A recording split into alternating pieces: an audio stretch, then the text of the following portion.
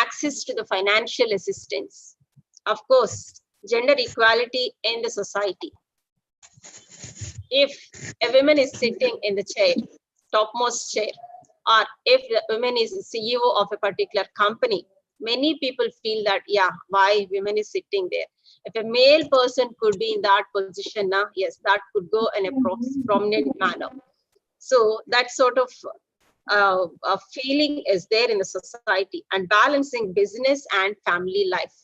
Even today also, we can see many people, I can marry only a woman who can serve my family, my parents, and my children. They don't want a woman to work. They don't want a woman to become an entrepreneur. But a woman successfully, they can balance the business as well as the family life. The third one is coping with the fear of failure.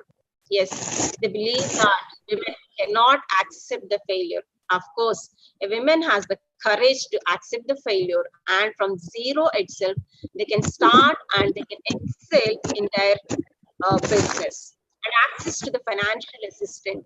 Yes, if a male person wants to start a business, anyone will come forward and they would like to invest in that business. But if a female means, if a women means, many people will go back. So that's sort of the challenges we are facing in the society. But in spite of it, all over. And by taking all those examples and this inspiration, I feel that they should become entrepreneurs, get a lot of opportunities to and congratulate economics and HOD, head of the department, Dr. Sukumar, Dr. Shukha, Women Empowerment Convener, Dr. Sakar, and Dr. Narayan. As the economy starting point and end point for every economy, so we have to focus on economy. We have to increase our economy. So every women become good and therefore I program will lot of inputs to the people who are looking for the business ideas, the startups, and I wish that all the women could become good entrepreneurs. Thank you very much for giving me this opportunity. Thank you, madam. Thank you for good words about the international webinar. And we are very much thankful to you, madam, for sparing your valuable time with us. Thank you, ma'am.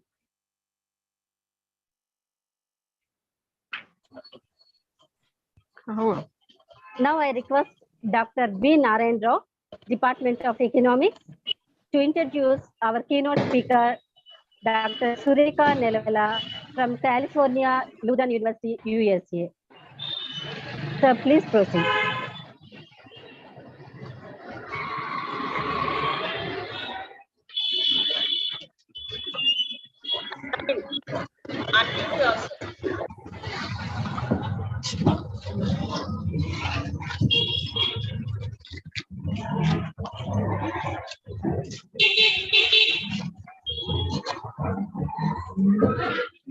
All right,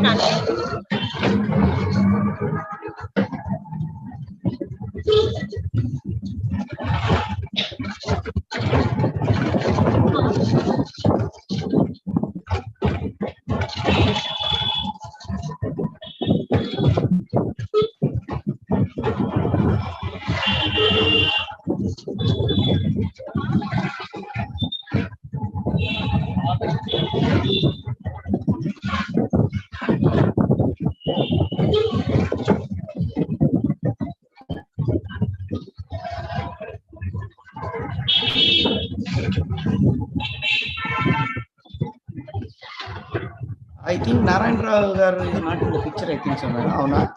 Hello, madam.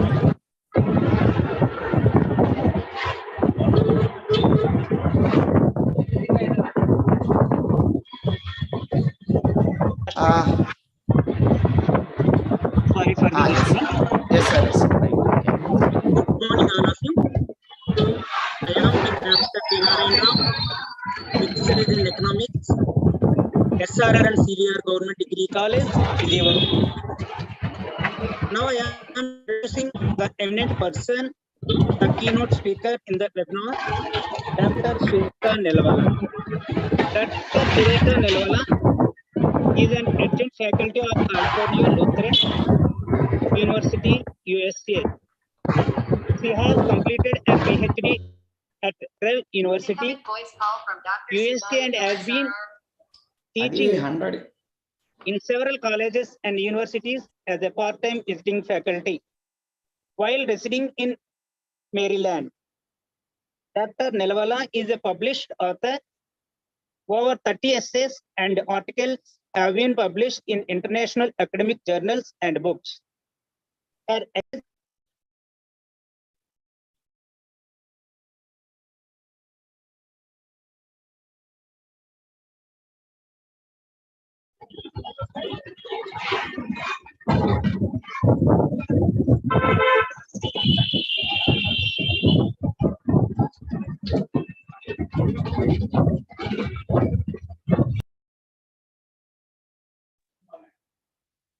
Thank you, Narayan Rao, sir. Now I request Dr. Sureka Nelavala garu to take over. Please proceed, madam.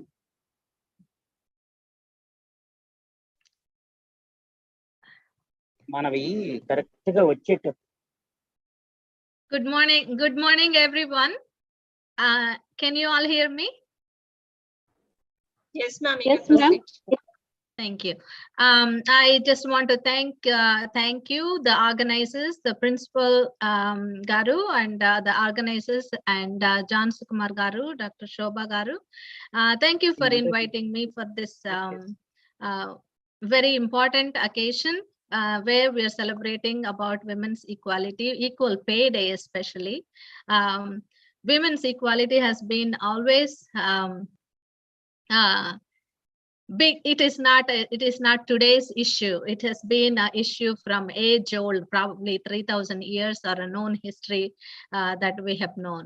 So today, thank you for giving me this opportunity. Primarily, I will be talking about women's entrepreneurship from a gender perspective.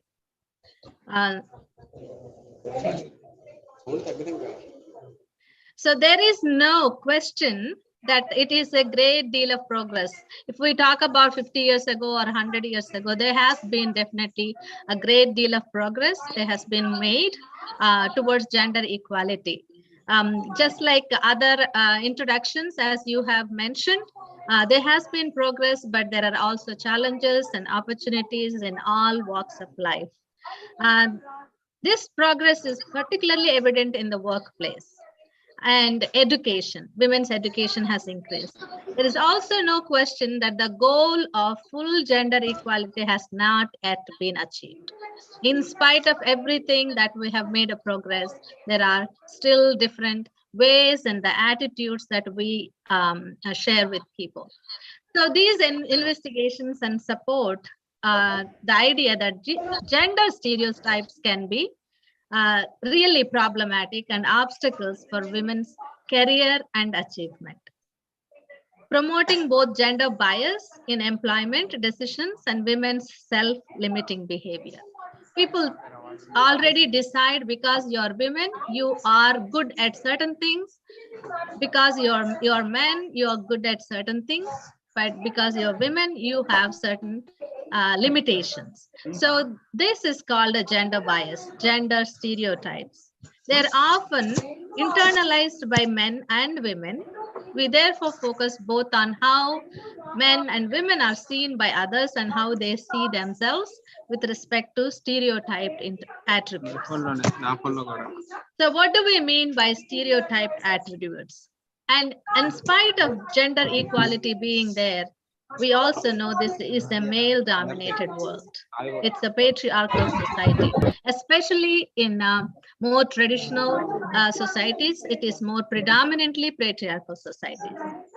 The public has very different views about what society values most in men and what it values most in women.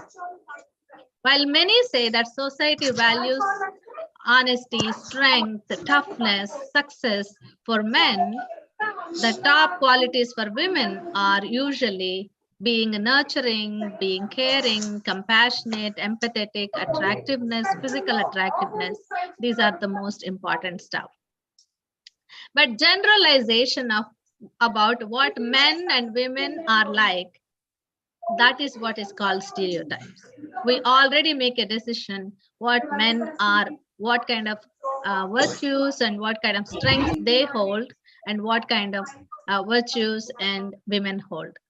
So in the domestic sphere, which is the private sector, the privacy places are where women have performed the majority of routine domestic work, played the major caretaker role. And in the workplace, women have tended to be employed in people-oriented, like teaching professions, serving positions, service occupations, rather than the challenging ones, competitive occupations, which have traditionally been occupied by men. This contrasting distributions of men and women into social roles and inferences prompts that they are like give rise to gender stereotypical conceptions. What are gender stereotypical conceptions? Talking about masculinity, talking about femininity. So, in other words, the process of self-stereotyping can influence people's identities in their directions. Stereotyped characteristics can thereby internalize and become part of person's gender identity. How they look at themselves, how they think they have strengths, how they measure their success, how they measure their failures. It is all based on what society looks at them and what society expects from them. So think about it. As we're reflecting on what women can be, what their strengths are, what men can be, what their strengths are, what does a good woman means in your head? So think about what kind of characteristics a good woman would have. Similarly, what does good man mean in your head? What does a good husband means?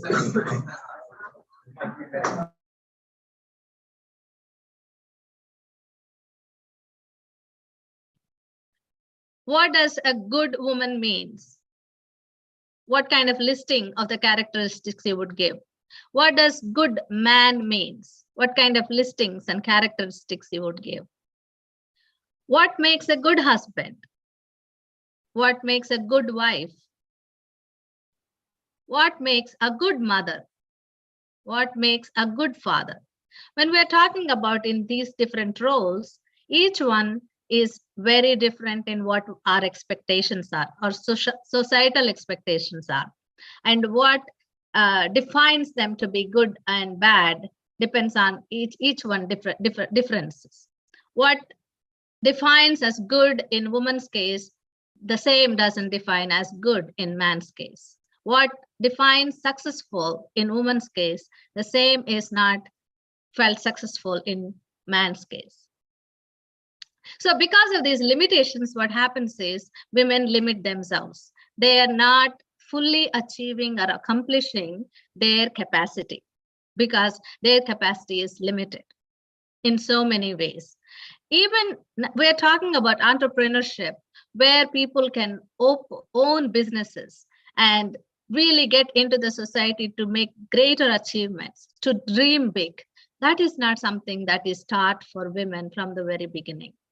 So even though you are, people have been working, people have been in the workforce, achieved so much, but they still continue to have limitations because of the roles that they continue to have to play to balance their families and everywhere. So I just read about, I found some writing about why I love my mom. The woman who works the whole day and then comes back home and how her evening ends. So I'm going to read this out to you. I hope you will be able to resonate with that. So there it is a little bit Western side, but I will still share with you the way it is. So mom and dad were watching TV. When mom said, "I am tired, it is getting late. I think I'll go to bed."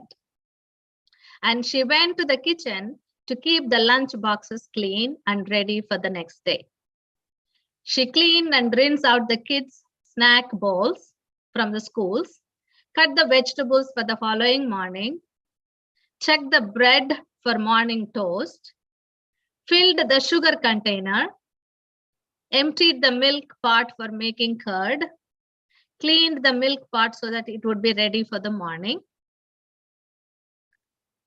She then put some wet clothes in the dryer, put a load of clothes into the washer, ironed a shirt, secured a loose button, stitched it. She picked up game pieces and the stuff, everything running on the floors of the kids' toys, the crayons and the pencils and the tables and the papers. And she put the cell phones to the charger, went back into the kitchen, emptied a waste basket, the trash can, hung up a towel to dry from the living room, and she yawned, got tired and stretched and headed to the bedroom. Then she stopped by the desk and wrote a note to the teacher because she had to respond to the teacher, counted out some cash for the field trip, pulled a textbook from a hiding under the chair, put it near the school bag. She signed a birthday card for a friend, addressed, stamped in the envelope, wrote a quick note to the grocery store when she goes the next day morning so she won't forget. Mom then washed her face, quickly put some moisturizer, and then said, "Today, now I'm going to bed." And dad called out, "I thought you were going to bed." And she says, "I am on my way." Then made sure the doors were locked, and she said her prayers, and she accomplished her goals for that evening. About that time, dad turned off TV and announced to no one in particular, "I'm going to bed." And he did without another thought. And anything extraordinary here. And a lot of women who work must know this is not anything new. This is not something somewhere in the West. The kind of things this woman has done may be somewhere like what they do in the Western place or international place. But if you list out things, the things that women do, even after their work, it is a lot. So their burden is not only in the workplace, they come back and then carry the heavy burdens. And the ones who don't want to do that kind of heavy burdens, then they are judged really badly. As a person, someone who has no caring, who is not very good for the families, the one who is not a good wife or not a good mother and receives all those kind of judgments. But the same way, the good is not same way judged towards the father or towards the husband, towards the man of the house, the one who can provide, the one probably who is kind to the family. That is good enough. They are good enough and they have to provide. So somehow the expectation and the motivation to earn money is not tuned into woman's head from the very, very beginning. So it is very, very beginning in the sense from the childhood, from the child, when the child is born itself. So we differentiate what a woman should be and what a man should be. Nobody says much to women about dreaming big, about accomplishing, running into the world and achieving big things. That is always has been a story towards the man. But the story towards the woman is altogether different. So whatever has been this patriarchal society, it is not just 100 years old, it is not 200 years old, but it has been an age-old phenomenon. And I'm sure we all know Greek philosophers who have made actually much of the norms and what we follow, the traditions in the society. Some of it has come from 3,000 years ago, 2,000 years ago from Greek philosophy. So Aristotle says, for instance, silence is a woman's glory. So to be out there, to be strong, to be competitive, to be excellent, this is not the glory of woman. And who said silence is a woman's glory? It is Aristotle, one of the Greek philosophers. Similarly, in the gender perspective, Plato, another Greek philosopher, comments, the female mouth was to be closed, speaking only to her husband. You cannot believe these kind of greatest philosophers actually thought these things and also have written. And Pericles, another Greek philosopher, says the greatest glory of a woman is least talked about. That means to be in the public sphere, it is not glory for a woman. So this is part of our attitude and understanding coming from the age-old phenomenon. And I was thinking these kind of things have some kind of similarity with our own understanding as well. And I was trying to remember, my mother used to say a lot of proverbs or Samitulu. That's what, if you are all Telugu speaking people, you understand what Samitulu means. So I used to be very keen on what the Samitulu and how they tune each people's mind. So striki sigge singaram, for instance, people say. So that to be shy is added beauty for a woman. To be capable, to be efficient, to be excellent, it is not a glory for women. It is supposedly glory for men. So how can somebody be successful as a business owner, as an entrepreneur?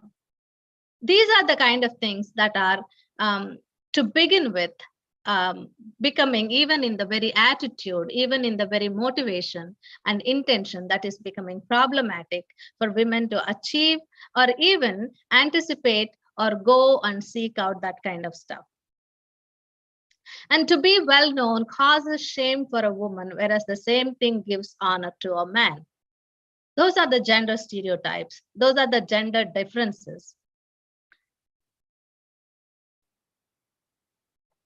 So we also say Telugu Samhita, another Telugu Samhita that says illu chudu illalinu chudu.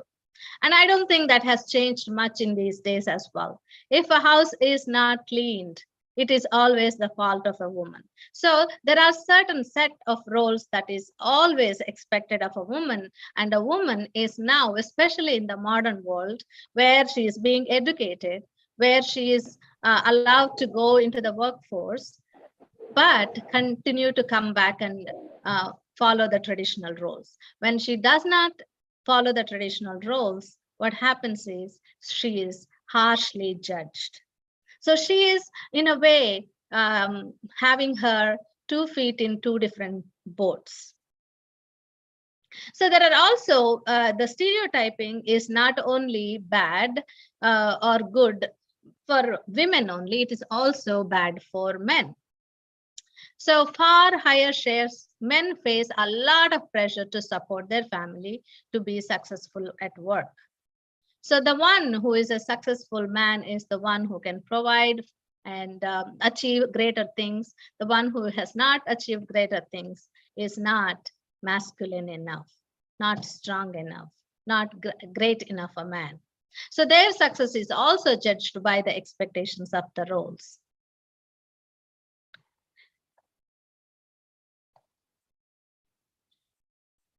So by double digits are margins, like a 30 to 50% of the people think the pressure about job and the providing for family is always on the shoulders of men, whether they have that nature or not. But similarly, it is different for females. So gender stereotype is very generalized, and it has created that kind of attitude towards what one seeks as their future goal. Women are often underrepresented because of these things. In the society, they are restricted to not go into public places, to go into train, network, to access resources. They cannot dream big. So there is networks, but then it is always restricted because women's sphere is in the private spaces, not in the public spaces. They have less access to everything. And I may be like, even in my own case, when I come to India, sometimes I feel like I am so vulnerable and handicapped. I cannot get things done because I need help, because the systems and structures are somehow is only made and created in the public sphere for the sake of the men, for their benefit, for their success. And then women have to struggle double and triple and more multiple ways to go get things done. When they can't get things done, they can naturally be not successful. When they cannot be successful, then they get judged. So from the very beginning of their life, they are tuned to be dependent. Have you ever heard? Seriously, disinterested. Lecturers కూడా class చెప్తారే వద్దామని అనిపించదండి. వచ్చింది నోటికి చెప్తే అయిపోవాలి, note question చెప్తే అయిపోతుంది, తర్వాత మీరే సఫర్ అవుతారు. అయిపోయి లెక్చరర్ కొంచెం ట్రై చేస్తున్నప్పుడు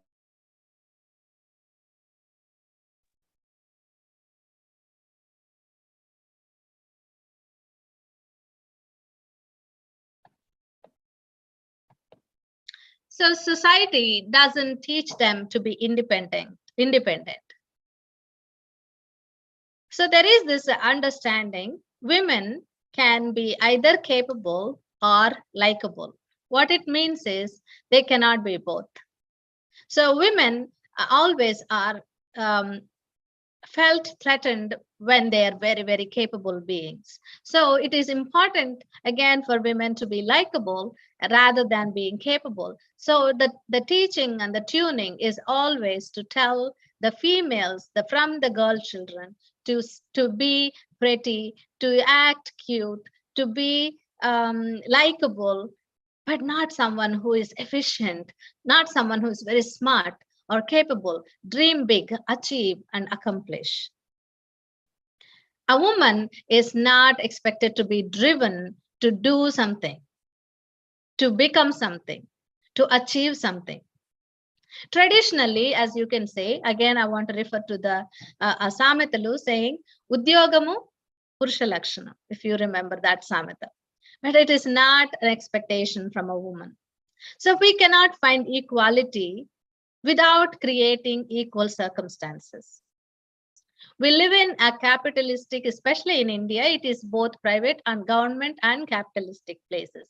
In capitalistic place, in capitalistic economy, power lies in where?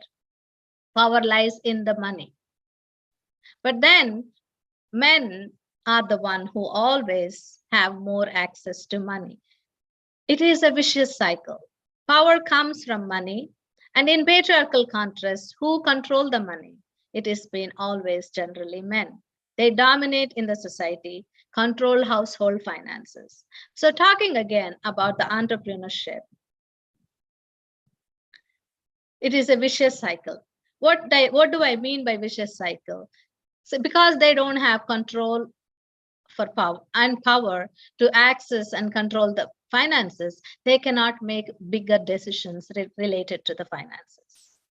And they lack the access, they lack resources, in spite of so many opportunities that government, non-government organizations are providing for the empowerment of women. All of these structures and systems, they sabotage, they limit the outcomes of what women can do in their daily lives. But then when all of them are not provided for women, they have lesser and limited access in comparison to men. But if they do fail, then their failure is harshly judged. And it's judged as if they lack the skill rather than that they were not having proper circumstances to complete that work, to be successful. So instead of judging them, instead of providing them with the support and training and the systems that are friendly to the gender stereotypes, would be an important factor how to overcome these challenges. And women are also discouraged to go into the public sphere because of the safety and security concerns. Women are told not to be the risk takers.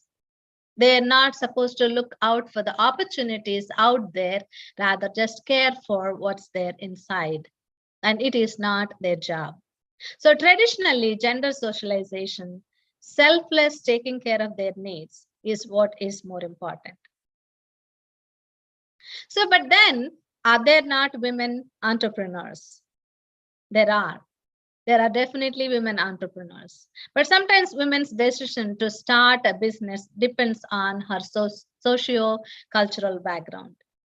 You will see the need in the family, need in a household. Women tend to start something, entrepreneurship, something or the other, a small scale entrepreneurship, which even sometimes begin with being just vendors. So in a lower middle class families, you will see women equally partnering in the businesses, a small scale businesses. It is also very much possible in the high income wealthy families, they become part of entrepreneurship, again, because of their access to resources, infrastructure, investments, ability to hire people. Whereas the middle class women are the ones who suffer without the access, although they have dreams, but not being able to achieve those dreams.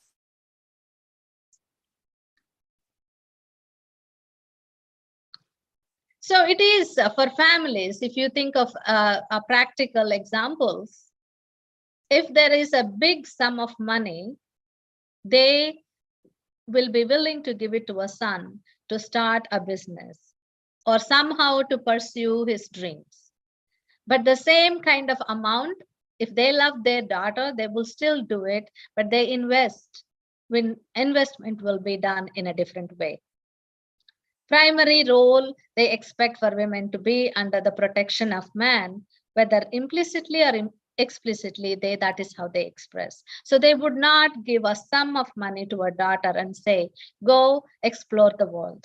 That will not happen, because they have to continue to be protected, even if they become entrepreneurs, because they will still be under the protection or under the control of men.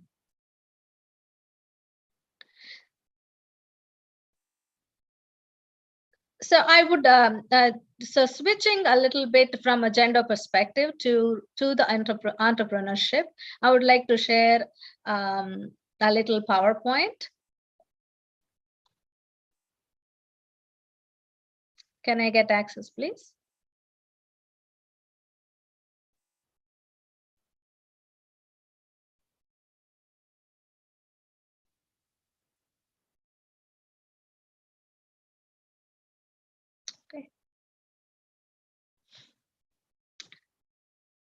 Yes, I have given, but Yes. you just start the recording button. Oh, okay, thank you.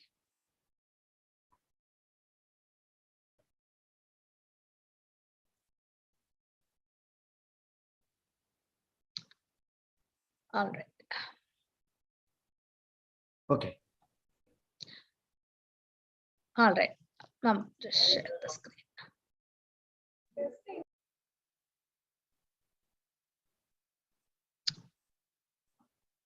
So what is entrepreneurship? Can you see the screen? Yes, yes. Yes. So an entrepreneur is a person who seeks a profitable opportunity and takes the necessary risks to set up and operate a business. So here itself, that calls for opportunity, and there is no constitutional or any other kind of problem to stop women from becoming entrepreneurs. All that they need is this opportunity, to access this opportunity. the one who is willing to do and the one who is willing to take necessary risks to set up and operate a business. But what are some of normal situations that lead people to business? Family businesses, inheritance, caste identity, some caste.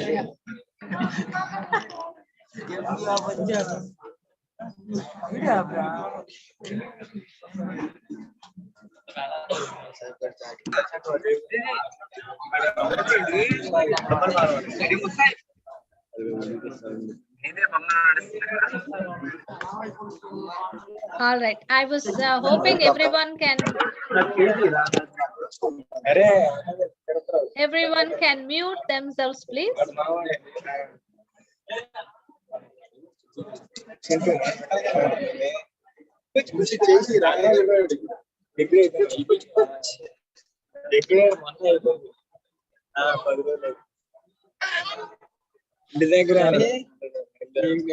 Okay, what are some of normal situations that lead people to business?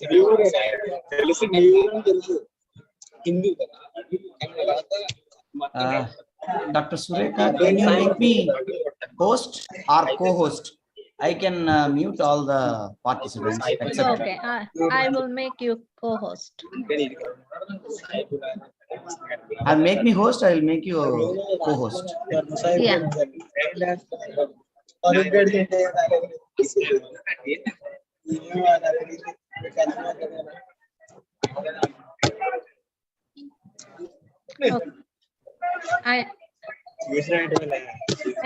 I made you a host.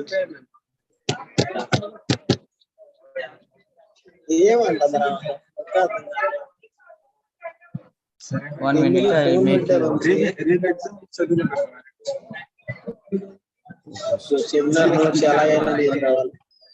Okay.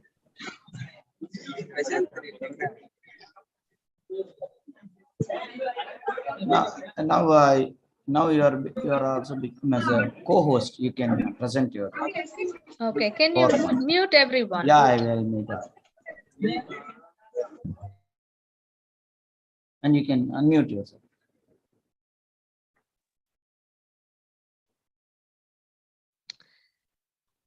Thank you. So what are some of normal situations that lead people to business? Sometimes it's a family business.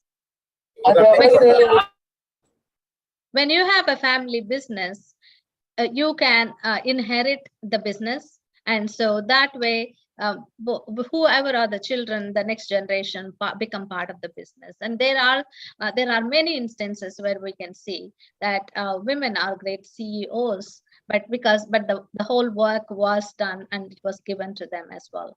Inheritance. One caste identity. There are some castes in our society that they do predominantly businesses, and both men and women somehow participate in the work because it's also some kind of family businesses. And of course, of the interest and passion and alternative to employment. There is also problematic, unemployment is there. So people begin to think differently, think alternatively, and they want to have start their own businesses. And there are possibilities, but a lot of times those possibilities, the awareness, the knowledge about it, we do not have. Women do not have. When women actually talks about their dreams, this is what we want to do.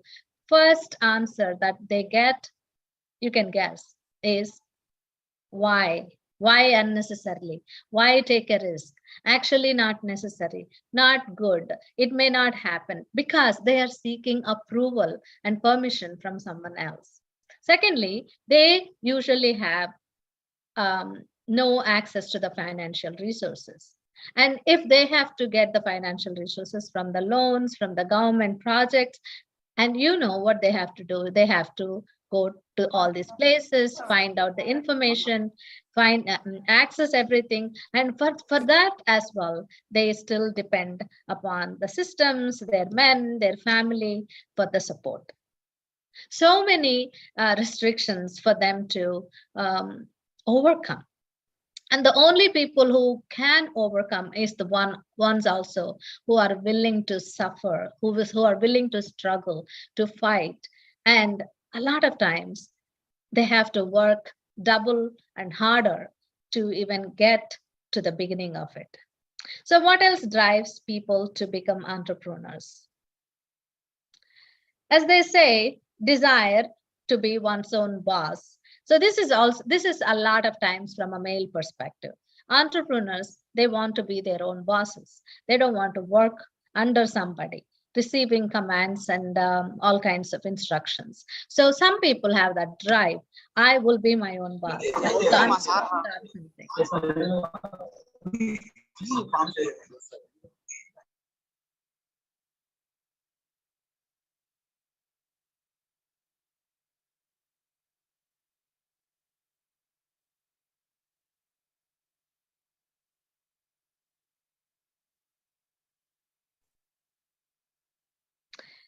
So desire to succeed financially, that is another drive why people would like to seek and become entrepreneurs. And also desire for job security. As you're seeing, the more private sector is increasing, whether in India, in other places, the job security is not there. So if you are your own entrepreneur, if you own your own business, of course, you will have not only job security, but they can also invest into other people's security. And of course, entrepreneurship is for the sake of increase of wealth, increase of lifestyle. So desire for an improved quality of life. So there is a desire, there is also trust and belief. If you own the business and if you are successful, your life would improve. So these are driving factors, but unfortunately, these are the driving factors mostly from a male perspective. So being your own boss means self-management. It is the motivation that drives many entrepreneurs. Financial success, of course, job security and quality of life, as we have just seen. The strong entrepreneurs are the one. Any business, unless you invest a lot of time and money and hard work, it in the beginning, it is all hard work. There will be a lot of trials and errors. But however, tolerance for failure, and that is one way the men and women are judged differently. They think women can respond differently to a failure. Maybe they will cry, they become emotional, and they say, and at once they receive, because there must have been like thousands of people who must have said, I told you not to do anything. I told you not to take risks. I told you this will happen. So this is the way women receive judgment rather than encouragement. But similarly, when there is such a failure, the support system for males is completely different from our families, from our friends, because they will then encourage them saying, these things will happen, but stay strong, move forward, don't get disappointed. These are the kinds of things that they get. That is also because of the social expectation. When women want to become entrepreneurs from their own desire, from their own drive, it is seen as unnecessary. There is no need for it, but you still want to become. And therefore, when at the first failure, they receive constant judgment.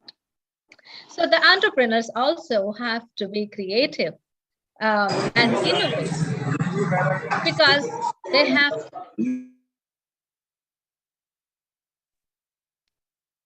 so they need to be creative and innovative because they have to compete with the rest of the businesses that are out there. So they need to really invest their time and energy in entrepreneurship. And sometimes you always have to think double and triple times, because you don't know whether you're taking a right step or not a right step. Again, these are the times they need extreme support, not only for themselves, but also from the networks, from the people who work in the similar ways, the other entrepreneurs who are being successful, and the time to invest and learn and be trained and invest more money. So these are the things that are needed. And as you can see, these are the things that are not easily accessible and available for women.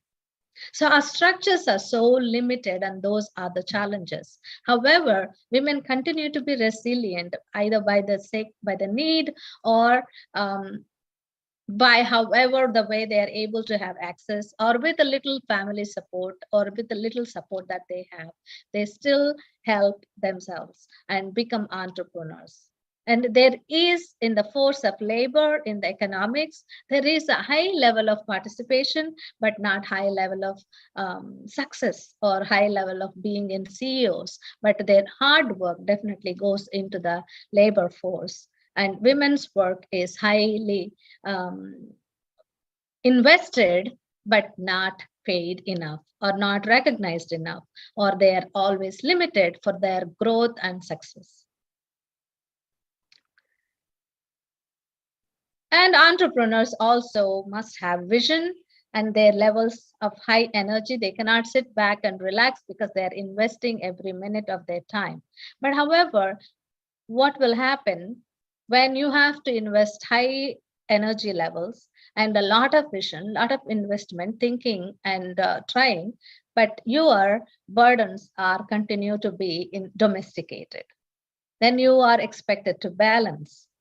And if you don't balance, and if you somehow fail your domesticated life, then you are really no good, even if you have done better outside.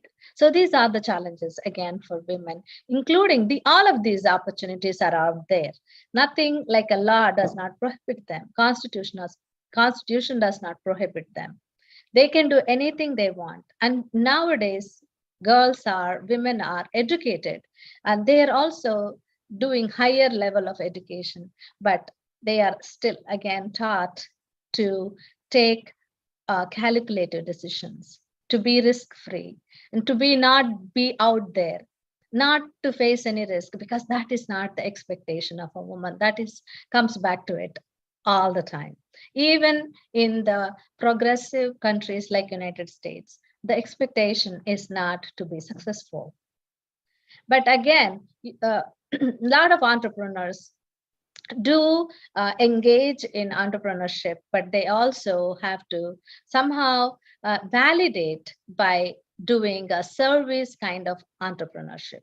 So when they give much of their benefits and profits towards service, then they're doing for the sake of cause, and that is more appreciated rather than for ambition, for successful to be a greatest CEO. Those are not somehow in the bag of a woman. So they are boxed not to pursue their dreams.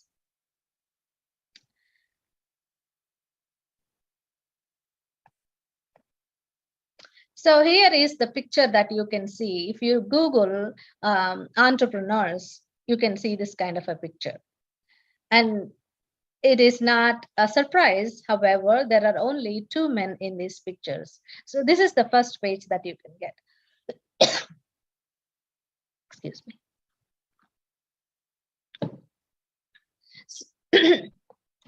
So what is the reason? Definitely, it's because it is gender gap is so consistent, not only in the places like in India or developing countries,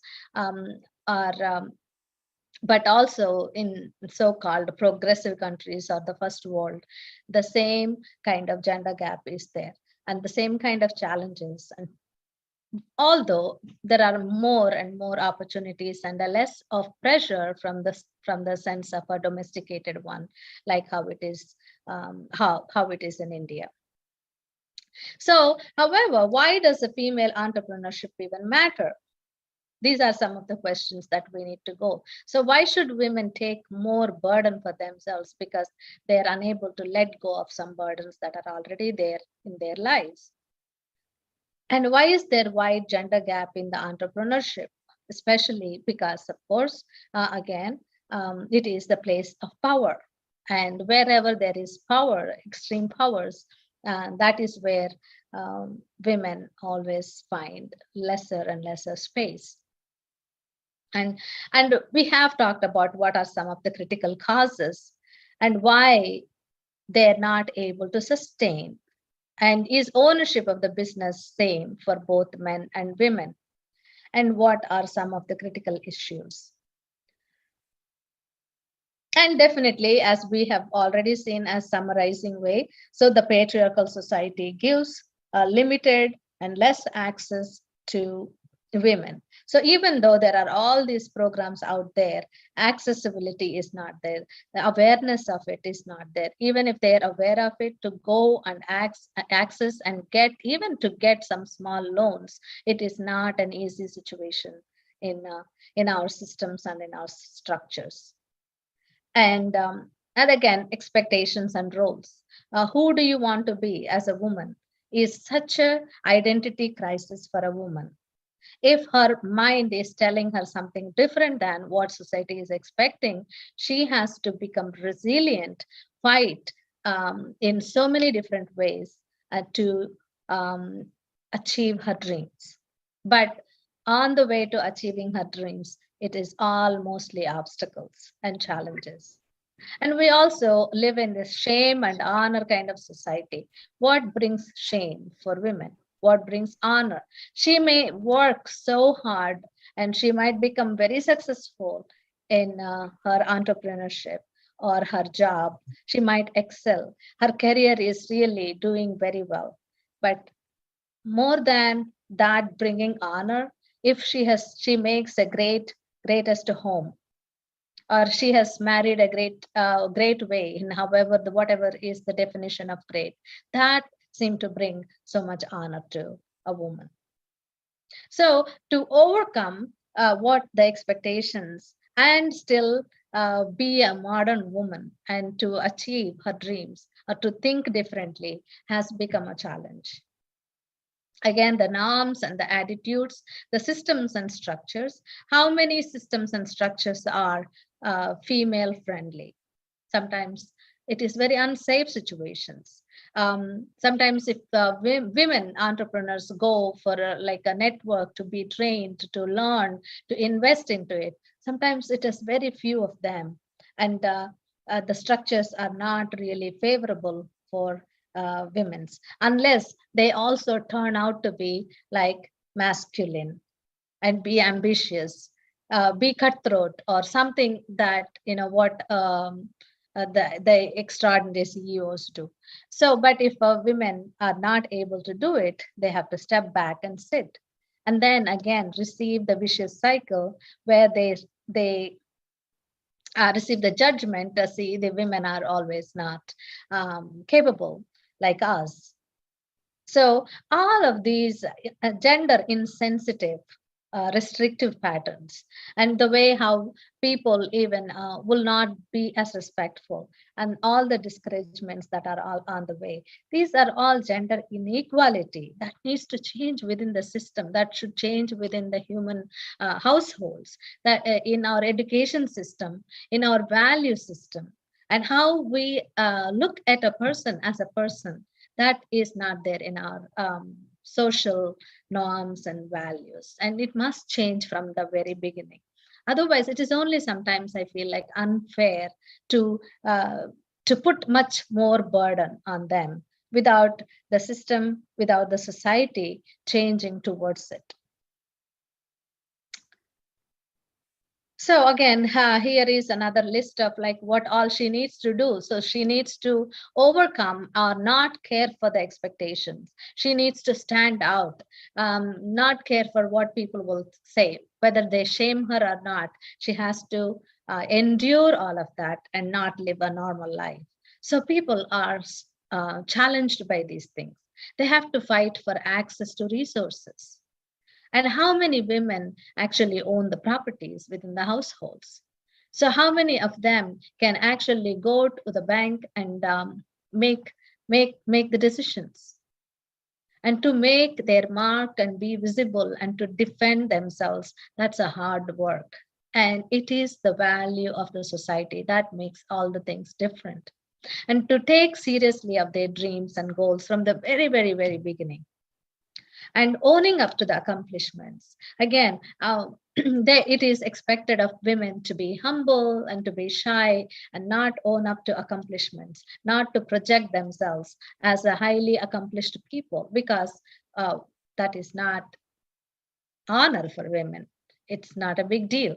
What is a big deal for a woman is to be humble and take care of the needs and be domesticated. And if they are smart, just get the job and then receive the finances and come back home. So this is the most amicable role that we want for women, rather than achieve. And balancing the responsibilities and commitments.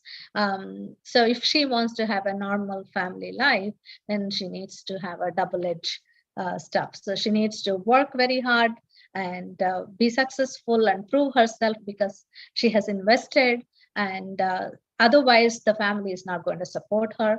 On the other hand, she also needs to take care of the commitments. Again, what needs to happen is the society to change, the society's value system to change. The support that men receive, when women also receive, things will change automatically. Our gender value system must change. And coping with fear and needing to prove. All of these things takes 1 step forward and 10 steps backward. And that is where we are in this situations. So as a closing, I want to share again a little video, of course, reinforcing and summarizing what I have just been able to share. So let me share the video right now. Let's stop this. Share the screen.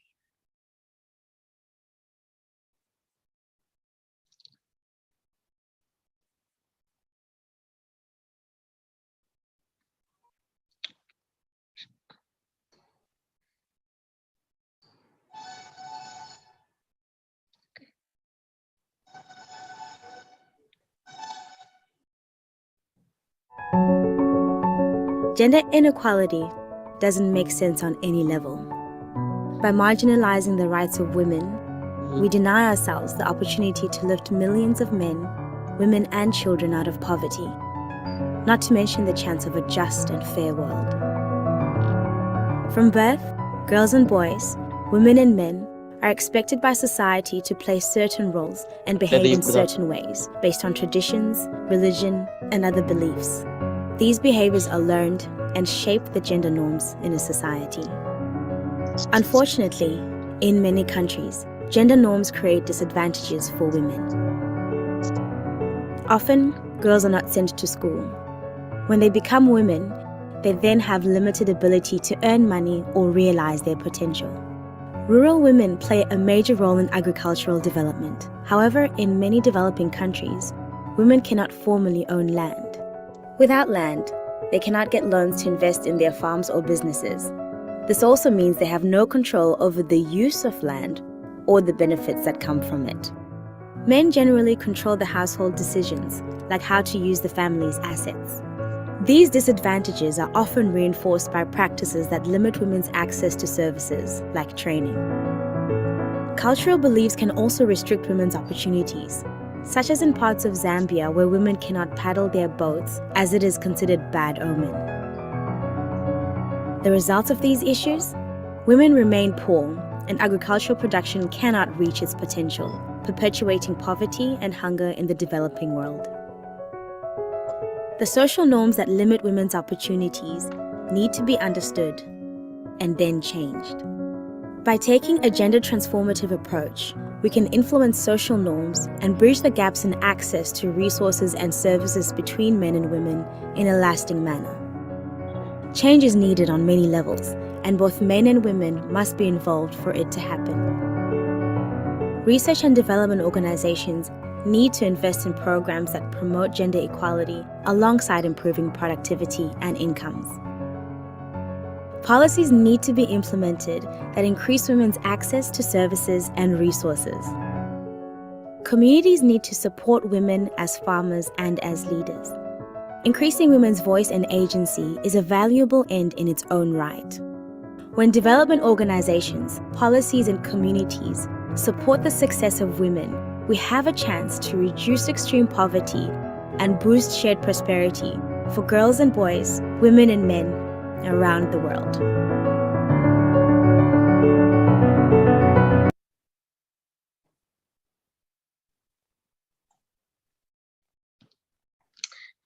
And with that, I conclude my presentation, and I think we're almost time. If there are any questions, this may be a time. I request Mrs. J. Kavita, Department of English, WC member, to proceed with the interaction session.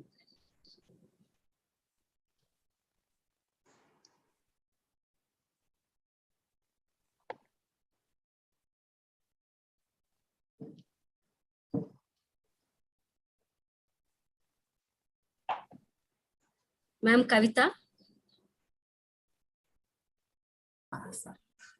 Thank you, Dr. Shubha. Good morning to all. If any of the participants have any questions and inquiries, you can ask Dr. Surekha ma'am regarding this session. You can post in the chat box also.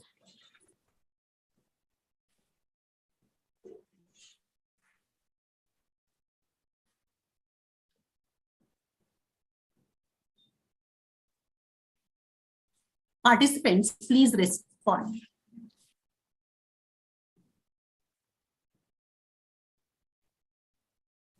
Please respond to these questions. If any queries, if you have, we can ask.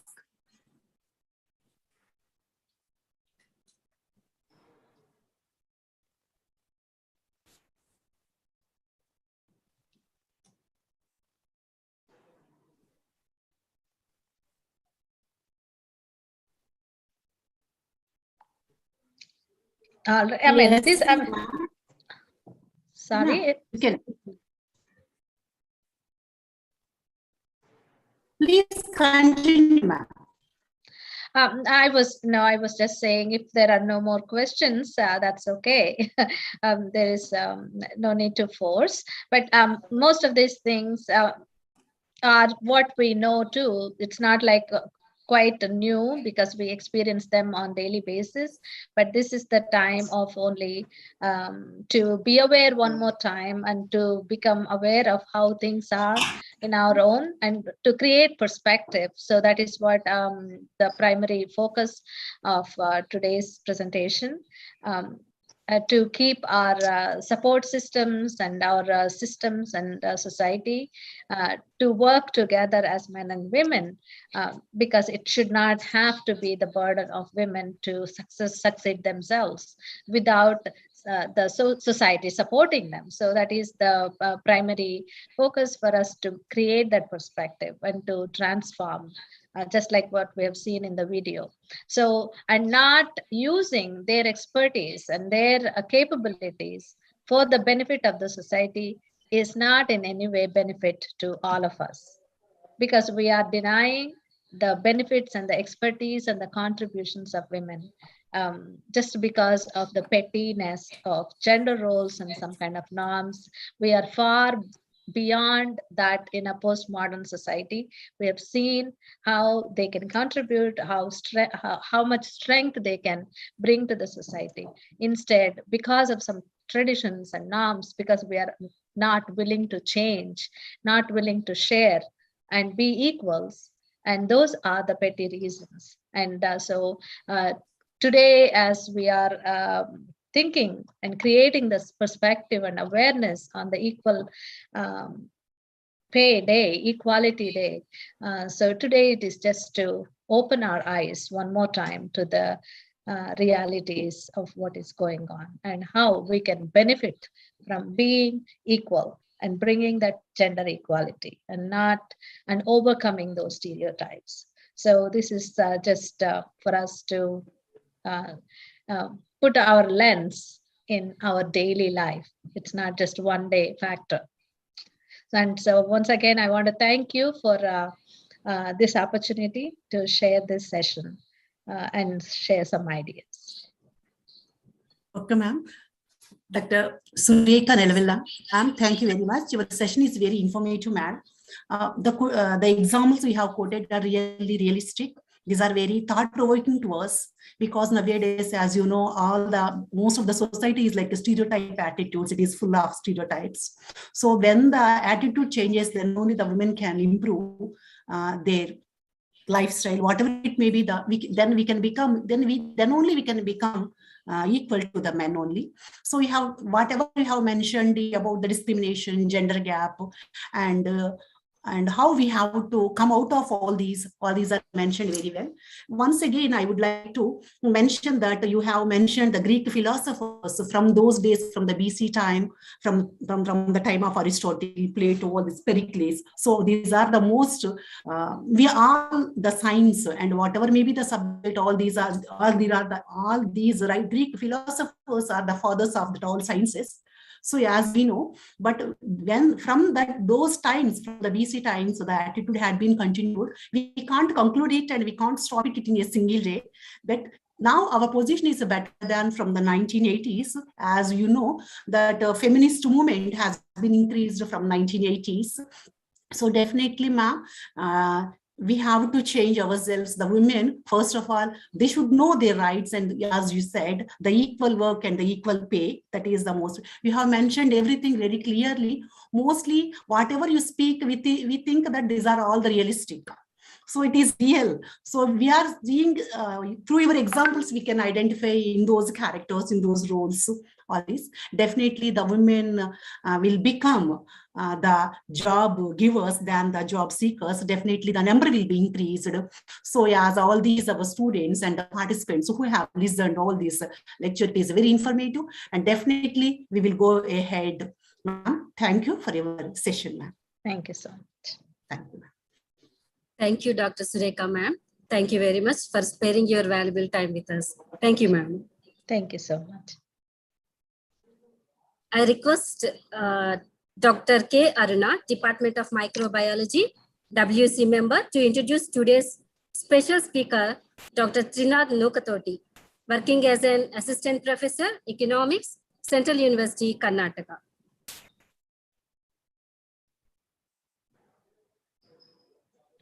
Thank you, ma'am. Okay, can I start? Yes, ma'am. Good morning, all the dignitaries, eminent academicians, senior faculty members, special invitees, scholars, dear students, and everyone.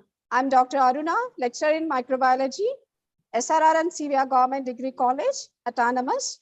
Once again, welcome you all to international webinar on women entrepreneurship, opportunities and challenges, organizing by Departments of Economics and Women Empowerment Cell of SRR and CVR Government Degree College, Autonomous, Vijayawada, on the occasion of International Women's Equality Day.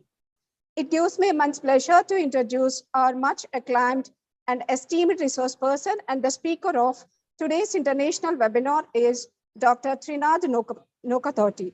Dr. Trinad Nokatoti, working as an assistant professor in economics, School of Business Studies, Kalaburgi, Central University of Karnataka. He obtained his master's degree, Master of Philosophy, and doctoral degree in the subject economics from the University of Hyderabad. He qualified UGC, JRF, and NET in subject economics during the year 2006. He completed 2 book courses from Harvard and Oxford universities. His area of specialization is development economics, economics of discrimination, Indian economy and health economics, and agriculture economics. And he has more than 10 years of teaching experience at the Central University of Karnataka and Dr.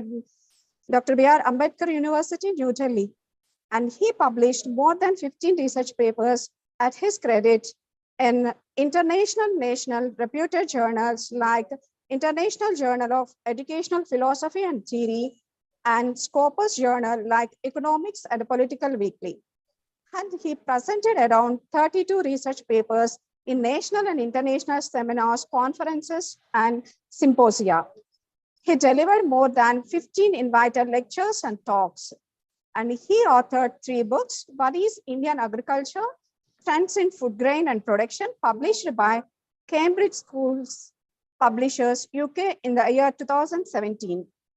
And he published another book, Land and Food, and during the year 2017, and other book, Health Insurance and Household Welfare, during the year 2017. Last but not least, under his research supervision, 31 PG dissertations and 10 UG dissertations and 3 doctoral degrees were awarded. With this, I invite Dr. Trinath Nukatoti to address the participants on social dynamics of women entrepreneurship. We welcome you, sir. Over to you, sir. Yeah, thank you, madam. Am I Sir, please audible? proceed. Yes, sir. Can I share the screen or should I mail to you? I'm not allowed to share it. 1 minute, sir. I'll make you co-host. Then you can share your screen. Yeah, yeah.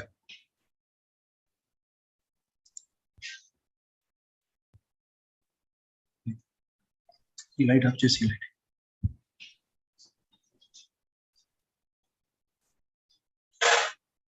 Yes, sir. Now you are host, co-host. You Yeah, can yeah, share yeah, the yeah. screen. Yeah, let me share.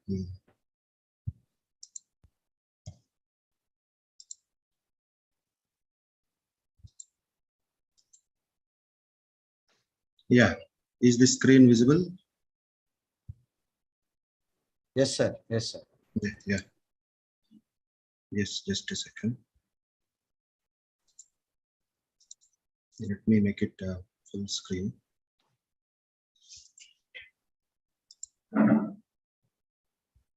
Yeah, yeah, I think it's visible. Yeah, today indeed is indeed pleasure to be part of this webinar after extensive session by Dr. Surekha. Now the given topic for me is social dynamics of women entrepreneurship in India. And before proceeding further, it is, I thank the organizers, Dr. Subha and Dr. Sukumar, for making me part of this. Yeah. So we are all, students of economics. Students of economics. It's a reductionist science. We are all always worried about goods and services, satisfaction, utility, and all. Apart from economic issues that determine our welfare, like our income and all, there are something called, social interactions, which are very prominent, especially from Indian context. What I mean to say is, it is not that what you have in your pocket that decides your welfare. It is what you have in your mind. Our mind decides our relations. Our mind decides our social structure. So if you look at social structure of Indian society, as we are all aware, a caste Indian society, one accepts or not, am I audible? Hello? Yes, sir. Yes, sir, you are audible. Yeah, thank you. Yes, so there is these days, there are something called behavioral economics. Our economic welfare is not purely driven by economic factors, rather it is also driven by non-economic factors like social, cultural, political, environmental, all these things, factors, we these days come under resource economics, infrastructure economics, or institutional economics. Before going into the topic, before delve into the details, let us understand what is social, what is Indian society, what is entrepreneurship, with the help of some data. We all know that Indian society is caste, but as students of economics, we need to understand the economics of caste. What are the economics of caste? Caste not just social, it does not maintain not merely social hierarchy, upper caste, lower caste, it is also purely economical. That means it helps somebody, it damages somebody. Otherwise, it would have died long back. Just because it gives somebody power, somebody wealth, somebody opportunities, at the same time, it deprives others from them. Therefore, even as on today, after 3,000 years, it is still alive. So you can see we derive a value by birth, not by birth. And the concept of sharing of education, sharing of, water, sharing of religious places, dining. So it's something called sharing is missing in this concept called caste. And there is exclusion and inequalities. What are exclusion? Some are excluded from land, some are excluded from employment, some are excluded from mingling with mainstream societies, and that has led to inequalities in terms of access to resources. What are the resources? The biggest resource for anybody's economic welfare is land, and we all know that who controls land in our Indian hamlets. Whoever is having superior social status, they control the land, and whoever controls the land, they control the economy. Whoever controls the economy, they control the politics. So the root cause is caste, and that led to inequalities. And we have a system called, from the age old, from times immemorial, we have untouchability, unseeability, and there is no vertical mobility. Once you were born there, you have to die there. There is absolutely no mobility. It comes to me without my knowledge. And endogamy, we all know that you need to marry in your own caste. Then within your ghettos, we marry. Then excommunication, the communication is not smooth, is not uninterrupted between the communities, and all these structures of inequality, they enjoy divine sanctity. That means it is not that human beings created, and it is being said as it's a divine order. And ultimately it led to bonded labor, inequalities, poverty, and all sorts of segregation and all among certain sections of the society, which we call as lower caste. Then this is the simple structure. These are the roots of society. If one says that they don't exist, if you look at some data, you will understand whether these things have relevance or not. And coming to women, so after understanding our society, we need to understand women. That is victimization of women. What is women from Indian society? They historically, culturally, they are deprived of education, and they have been assigned with these qualities called purity and chastity and widowhood, untrustworthy. All have been already explained, and they have been denied in participation, and they have the burden called cultural burden. They need to carry Indian dress or Indian traditions, whereas men, they don't have to carry that burden. And they have been Narayan Rao has to unmute yourself. Please mute.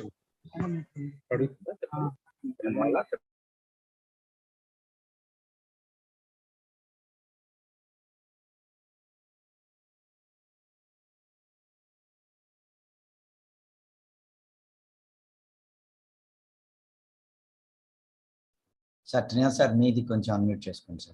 Thank you. Yes. Yeah, thank you, sir. Yeah, so we see the society now where woman is located, and she is the victim of our cultural burden, and therefore she has been objectified as a commodity, or just only to exist for others. She herself does not carry any existence. She has to exist for others. They say woman is for men, not for themselves. So therefore, these are the characteristics of women. But when it comes to lower caste women, they have the dual burden. They have patriarchy at home, they have caste prejudices outside home, and they have discrimination in the society and physical abuses in the society. So they face multiple burdens. From this point of view, from this foundation or from this platform, how do they rise? And what are the challenges when it comes to entrepreneurship? Then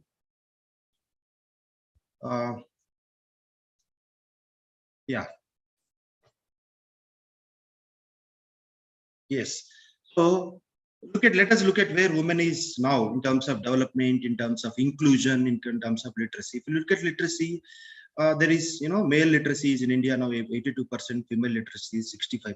There is a whole lot of 17% difference between them. Is there any physical defect, or is there any mental differences in understanding levels, comprehension skills? Absolutely no. If you observe any pass percentages of any exam anywhere in India, women pass percentage, girls pass percentage is always higher than the boys. But when it comes to literacy, females are lagging behind. So reasons are not purely economical. They are more cultural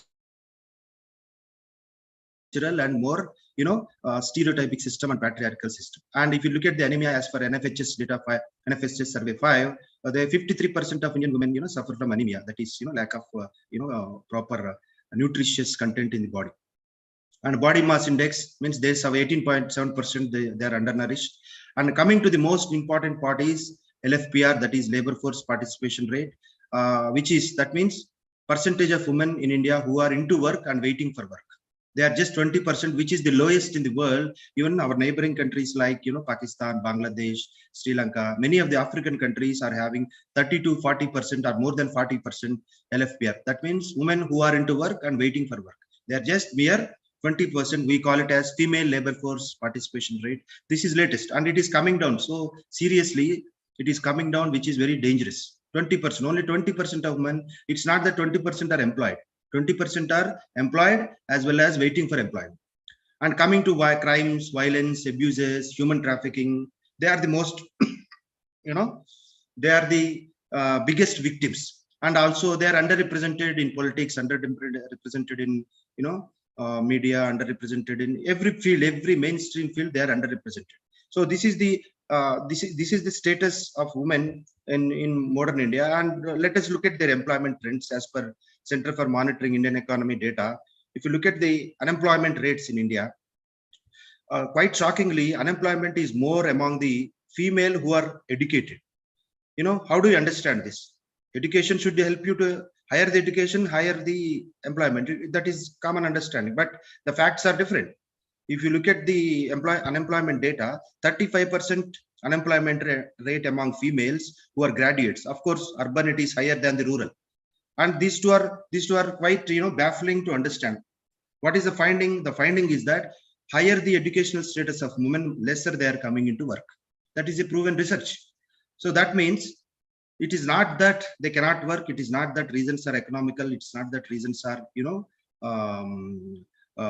employment wise, but reasons are cultural and reasons are caste-ridden society, patriarchal society. Otherwise, female unemployment rate among graduates, it cannot be that much. And urban areas are supposed to be more educated, having more infrastructural facilities, access to basic amenities is very easy and fast. But still, unemployment in urban areas is high and unemployment among graduates is more high. It shows that there is something serious which is not economical, rather social and cultural. And coming to empowerment. What is empowerment? Before they become entrepreneurs, they should first become human beings. They should first become people who can employ themselves. They should first become citizens who enjoy normal respect from rest of the society. So what is women empowerment? As per Batliwala, challenging the narratives. Women empowerment is not just having money. Economic empowerment is not also not just having employment and education and money in your pocket and deposits in your bank account. It is challenging narratives. You should be free from caste prejudices and gender prejudices and distribution of natural, economic and intellectual resources. She should have equal right on par with rest of the male in terms of economic and intellectual resources, transforming institutional setup that would otherwise reinforce, perpetuate socio-economic inequalities like state, family, and market. That means we have in economics we have institutional economics. That means we have many institutions, social institutions, legal institutions, democratic institutions, constitutional institutions. Institutions are very important for any economy or culture or political setup. But if you look at our institutions, our caste is the biggest institution, which is the most the biggest inhuman practice that exists in the human history since 3000 years. It is still alive very much even in the year 2022, and the biggest victim apart from the lower caste is the women, because our state means our power, political power is caste ridden and family structures, and our markets and capitalist structure is also market driven. And it is also described as the women empowerment is also described as the process and results of process that transform the relations of power structure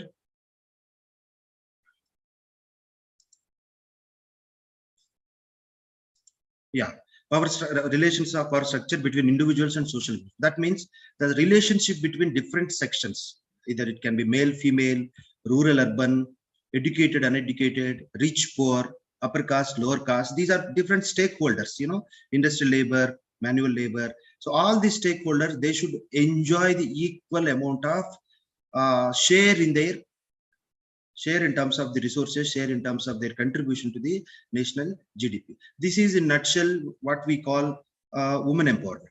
Then coming to entrepreneurship. If you look at importance of women in India's economy. Women perform 90% of domestic work in India. Lower caste women, especially the who are at the bottom of the caste ladder, they are burdened with financial constraints, patriarchal restrictions, caste discrimination, and gender discrimination. Means they have been hit hard from the multiple directions. And women is described as the backbone of India's agriculture. You cannot imagine India's farming without women agricultural labor. And a study estimated that advancing women's equality can boost India's GDP by $0.7 trillion by 2025. At present, we are missing. Unless we bridge this gap between, female labor force participation rate and male labor force participation rate, we are going to miss $0.7 trillion of GDP by 2025. And like I said, female labor force participation rate is quite shockingly in India. If you take any other country in the world, higher the education, higher the employment. But in India, it's reverse. Higher the education among the women, lower they are coming into the labor force. So where lies the problem?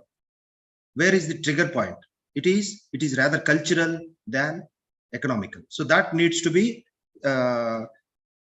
addressed at the earliest. If you look at the data, you can see this top column. I want to get rid of. I am unable to see this. Mohsin? Yes, sir. How to reduce this? Upside, sir. That is by default, I think.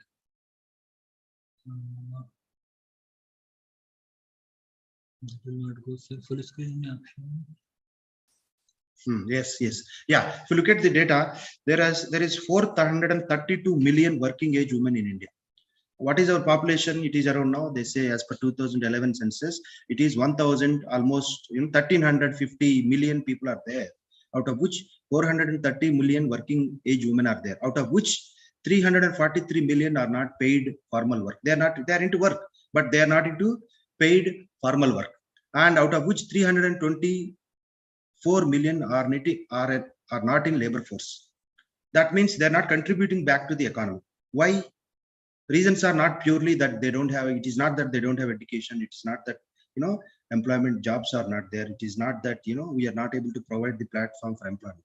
Rather, it is prejudices, social structure, physical abuses, and whatnot. We'll see them later. And 90 million in labor force, but not employed.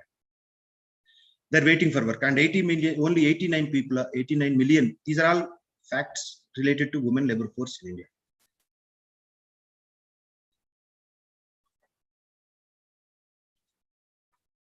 Yeah. So there are segments.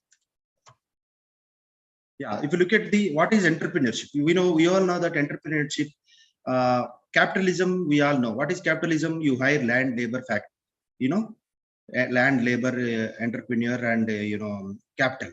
So what does entrepreneur do? He will bring together land, he will bring together labor and capital. He will try to start the production. What is his motive? Why does he want to do that?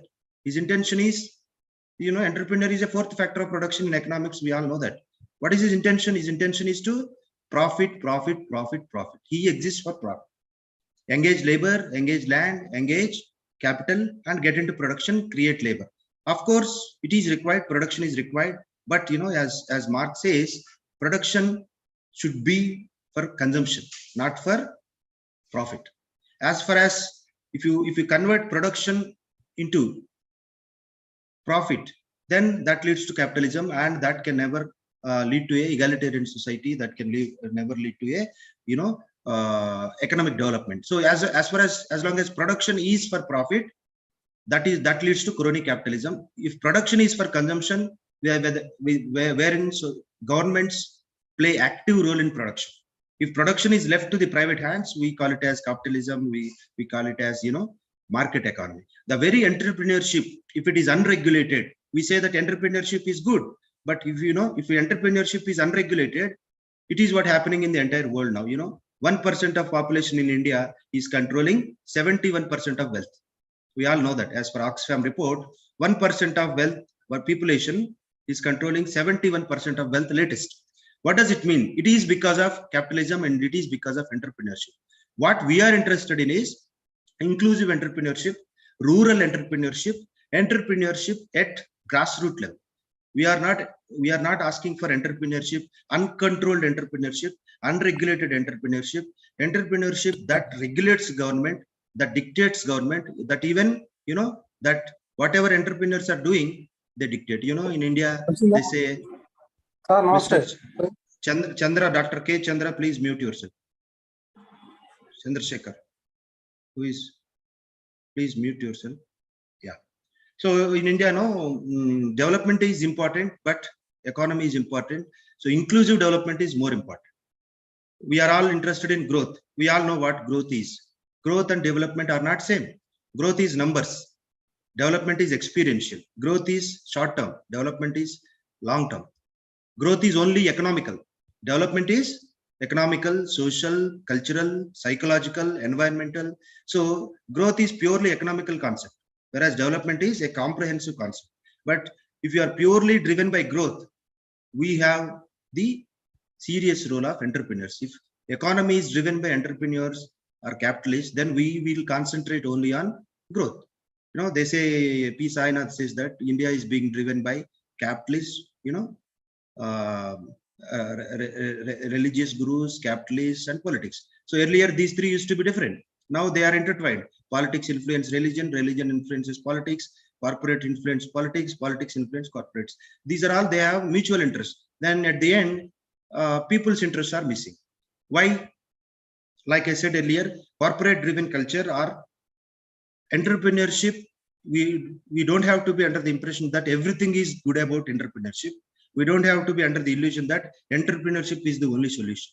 What we are interested is, we want state controlled entrepreneurship, government regulated entrepreneurship, and we do not want a capitalist controlling India. We do not want a capitalist controlling 9% of GDP like Mukesh Ambani is in India. That we don't want that kind of entrepreneurship. We want inclusive entrepreneurship, rural entrepreneurship, women entrepreneurship at grassroots level, and entrepreneurship that includes scheduled castes and scheduled tribes and people at the bottom of the pyramid. We don't want entrepreneurship driven by upper caste, urban oriented, politically motivated. That entrepreneurship is dangerous not only in India, across the globe. So if you look at, there are 6 segments of entrepreneurship in India. First one is scalar, where it is, only 1% in India. You can see, I don't want to get into the details, their nature and challenges. And the second category is urban small business. They are only 6% of total entrepreneurship.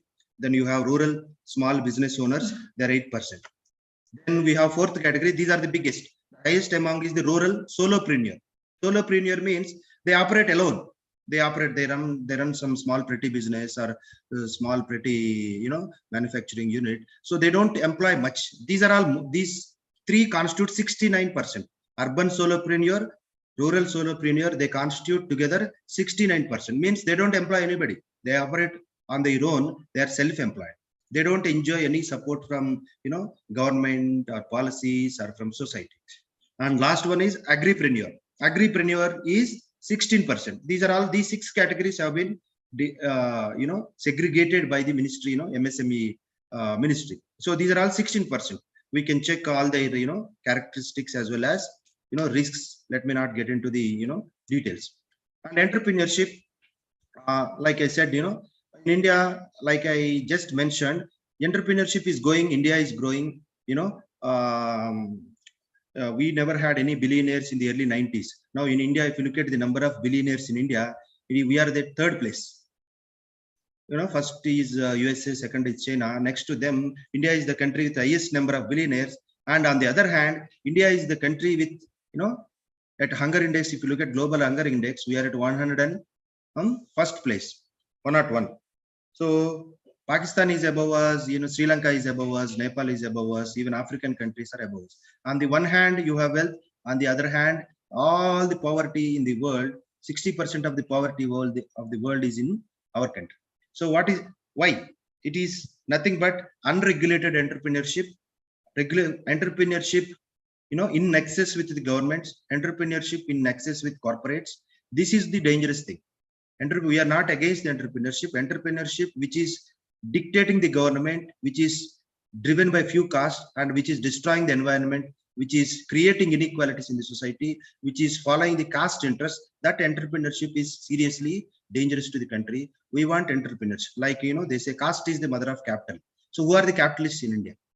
Who are the capitalists? You don't have any scheduled tribe capitalists. You don't have any capitalists, not many. There could be here and there, small capitalists. But overall, who are the biggest capitalists in India? They are from the upper caste ladder, especially, Vaishya, from Vaishya's community. They dictate the entire corporate India. Almost, like Ambani controls now almost 9% of India's GDP.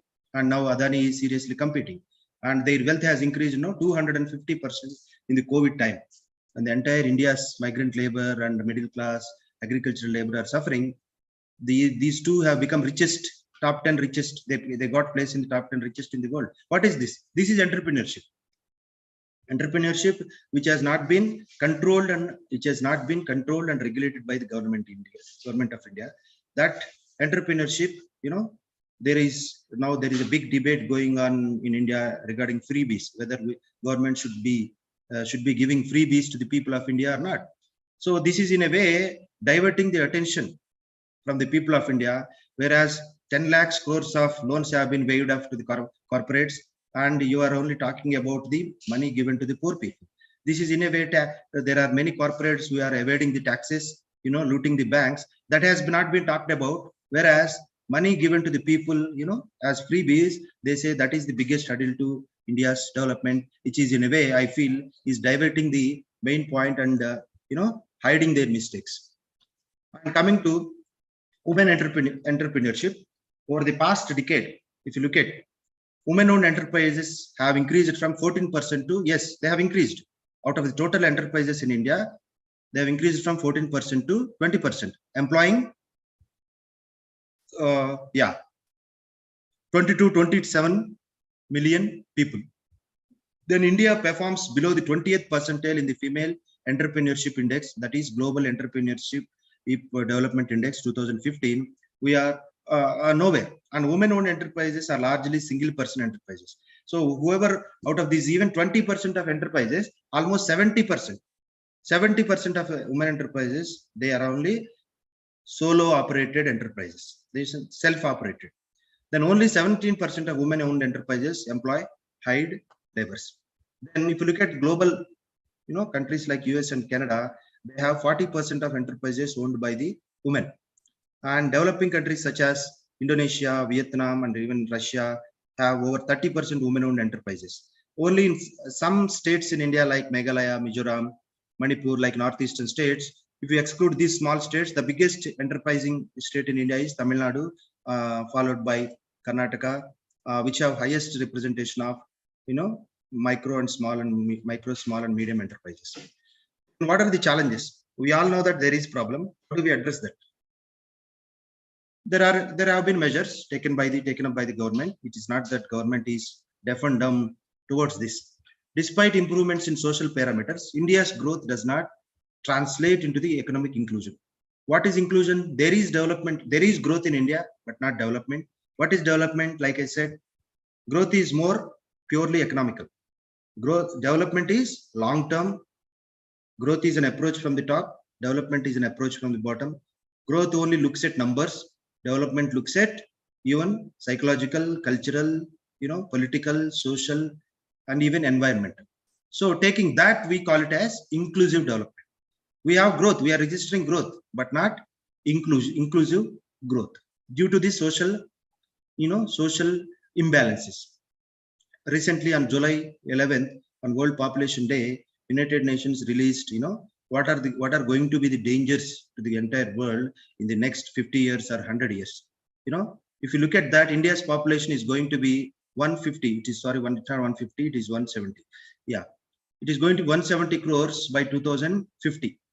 Then we are going to be falling short of many serious, like food, like law and order, environmental issues, climate change. Apart from all these things, if you list out, if anyone asks you what are the biggest hurdles or challenges to today's Indian economy, like population, poverty, food security, climate change, human rights, and none other than women. And within this, even women, it's not that all women are suffering. Women from lower caste are the most sufferers because they are deprived of education. I have shown you earlier, higher the education among women in India, they are less likely to come into workforce. There is a research. Other than this, higher the caste ladder, if women are from higher caste, they are less likely to come into workforce. Therefore, majority of women who are coming into work are from the deprived communities. So if you list out all the major serious economic challenges or dangers for India's economy, one of them, apart from environment, political wars, human rights, food security, climate change, poverty, among all these things, women empowerment is a serious issue. But still, 33, everybody talks about women, but women empowerment bill or women reservation bill in the parliament has been pending in the last 50 years. For the last 50 years, everybody says that, we want to empower women, but a women empowerment, women reservation bill, political reservation bill is pending for the past 50 years. What is the point here? Everybody talks about empowerment, but that is missing from the basket. So what is demographic dividend? India cannot think of achieving development without achieving demographic dividend. What is demographic dividend? Reducing the total fertility rate, that is around 2.3, 2.2 now, so that dependent population will come down, independent population will increase, their employment will increase, their incomes will increase, purchasing power will increase, taxes to the government will increase, revenue increases, and poverty levels will come down. And government, with more government revenue, government can think of development in a better way. This is called, in a nutshell, we call demographic dividend. That is gaining control over our population or transforming the population into workforce. We call it as demographic dividend. So we are yet to achieve it. Almost you cannot imagine any country in the world achieving development, without reaching demographic dividend. So in order to achieve demographic dividend, women's empowerment is very, very important. Even at the international level, if you look at international, sustainable development goals, millennium development goals, or United Nations, if you look at any global platform, the social inequalities in India, especially in the name of caste, are not deserving as much attention as they should deserve. Corruption is an issue, human rights is an issue, everything is an issue, but the serious one that is impacting or influencing or destroying everybody's lives, our politics, our education, our films, our media, everything is, predetermined. That is not getting as much attention as it should deserve, especially from the global platform. And the same is the case with women. Everybody talks about, women, but politically, like I gave one example, where are the labor force participation rate? Even today, there is a saying, right? Women are treated like goddess in India, but are not treated like human being. So they say she's a goddess, but she is yet to get the treatment of a human being. They are even in 21st century, they are fighting for an entry into divine places. That is the contradiction. This is what we call dichotomy of Indian society. So at this context, at this juncture, entrepreneurship appears to be one of the serious solutions that can empower women from the socially deprived classes. And these are the few challenges. If you can overcome this, if you can empower them financially, morally, socially, they have this double burden. Why, in economics, if anyone asks you why 20% of women, only 20% of women are into workforce in India, reasons are not purely economical. There are, of course, schooling is bad, schools are not there, distance is far away, teachers are not there, infrastructure is not there. All of them are there, but they are there for male also. Those reasons are there for male also. But what are the exclusive reasons for female? It is, they see that, education to women, they consider it as a liability than a asset. So if we can do that, if we can bridge this gap, so entrepreneurship can create 30 million women-owned enterprises. So then it can create 40% can be more than that can be self-employment. So this can generate potentially 150 to 170 million jobs if we can, promote women empowerment by 2030. And what are then what is the process? How do we do that? It is a combination of how do we do that? Women should be able to self-control, self-power, self-confidence, self-choice, self-dignity, and self-respect. These are all all of them can be achieved only through devoid of, means without socio-political, cultural, economic, and religious coercion. Coercion means force, because women's, the way she should speak is regulated, the way she dresses, is controlled, what she should talk, should not talk, what she should wear and should not wear, what to celebrate, what not to celebrate. Everything is, regulated. From that context, unless she is morally empowered, unless she is culturally empowered, we cannot think of, economic empowerment. That is the meaning. Access to material well-being, resources, and decision-making power. So if you take a family as a unit, how are they enjoying education or preference or, freedom at a household level, whether male are being given more choice to pursue their education, where female, we know families where son is put into English medium and, girl is put into, government school. There are people. That means what kind of freedom, forget about society, forget about the country, governments, what kind of freedom she enjoys at household level in terms of well-being, resources, and decision-making power.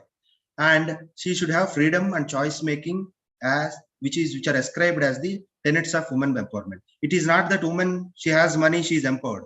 That's a myth. She has a job, she's empowered. No. A widow should be able to lead a respectable life like a married woman. A woman who does not have children, she should enjoy same respect like the woman who has children. These are moral empowerment, moral support, moral atmosphere of the society is also very important. It's not that she has money, she has job, she has good house, she has bank balance, she is not empowered. She should not be victimized. That her moral behavior should not be, judged by the society. And for that, we need comprehensive policy framework. Governments, there is every need for the government to chip in and make appropriate policies, especially women at the lower caste society. If you look at women literacy among women, yes, it is low, but where it is low? It is low among the lower caste women, minorities, scheduled tribes. It is not that it is low among upper caste women. And equal access to finance and expansion of mentorship. There is something called, in economics, we have something called capital. We all know land, labor, capital, entrepreneur. Then what is social capital? What is social capital? Any group of people who would like to cooperate, strengthen relations, economic relations, family relations within their clan, within their caste, within their group, within their language. So they strengthen each other's economic interest, social interest, political interest, without giving any scope for others to participate and to compete. It means strengthening of mutual interest. We call it social capital. This social capital, for example, if in a village, if my land is grabbed by somebody, I have to go to police and file FIR. So for upper caste, you have a policeman of your clan, or you have a lawyer of your clan, or you have sarpanch, MLA from your clan, wherein you can get things done. But for the lower caste, the social capital is missing. Capital is important, but more than the capital, social capital is important, wherein you want to start a business, you want to rent a house or rent a building, but because of your social identity, because of your religion, you will not get the even house, though you are ready to pay. Or you want to buy a land, though you are ready to pay, they are not yet ready to sell. Or you want to sell land, nobody is ready to buy other than your caste people.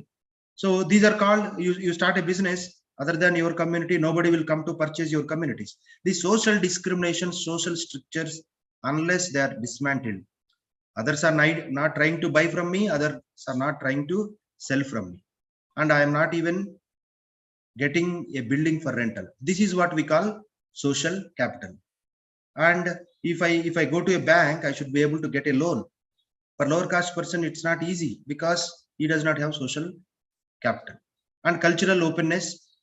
So we value, we should not value the people based on social identities, religious identities, and other sorts of gender identities. And policy support of national and state governments at grassroots level organizations. What is policy? There are laws. Government should, with regard to acquiring land, with regard to bank loans, with regard to a water connection, with regard to electricity connection, or laying down roads, we need governments. We cannot even think of entrepreneurship without even government support. But who is running the government? Who are running the government? You can think of in any state in India, lower caste, they are just voters. They don't have any share in power. You cannot expect government setup, to whenever I go to government, if I want to start a business, the cooperation from the municipality, cooperation from the transport, cooperation from the police, it is highly unlikely. We don't get. So this is what we call social capital. It's not that you have money, you become entrepreneur. It's not that you have education, you become entrepreneur, and you have knowledge, you have training, you have skills. But you should have social status to become entrepreneur in India. That should be dismantled, especially for women. Women not only social, she should also break gender prejudices both at family level as well as at societal level. And investment and banking community, other private entrepreneurship, educational institutions, and media as well. And why should we do that? To create jobs, fueling innovation, furthering investment in health, education. So you cannot think of just give education to women, give money to women, she will become entrepreneur. No, we need to have environment in terms of there should be quality education at grassroots level, inclusive education for everybody instead of who are studying at government schools, government colleges. Now you are in a yours is a government college. You can do in a class. What is the percentage of scheduled castes and scheduled tribes, minorities in your class? I am sure they will be at least 50%. So government institutes, who are studying there, only people from deprived sections. So therefore governments neglect it, no funds, no resources, no teachers, no quality. So that should be addressed if at all you want to address, women entrepreneurship. And we have something called positive externalities in India. There are serious positive externalities for women entrepreneurship when you compare with, male entrepreneurship. If woman is educated, they say entire family is educated, because if women are educated, she creates positive externalities. Her education will have vibrations in the society as well as the family, especially the children. So therefore, women entrepreneurship, promoting women education, women entrepreneurship will have multiple effects, multiple positive externalities. Externalities, we have negative externalities also. Positive externalities are those which are spillovers, which even others can benefit, those who, though they are not contributing to it. So if women are educated, that positive vibrations, benefits can really help the people around her or her family, her brothers, sisters, parents, or even children. And it will lay strong foundation to the future generation, especially country as a whole. And if you look, but the realities are that 59% of women believe working for themselves reduces their dependence on spouse or family. That means almost 60% women believe that they feel independent if they can earn. Otherwise, they have to be, they have to beg for even 10 rupees from the, their spouse.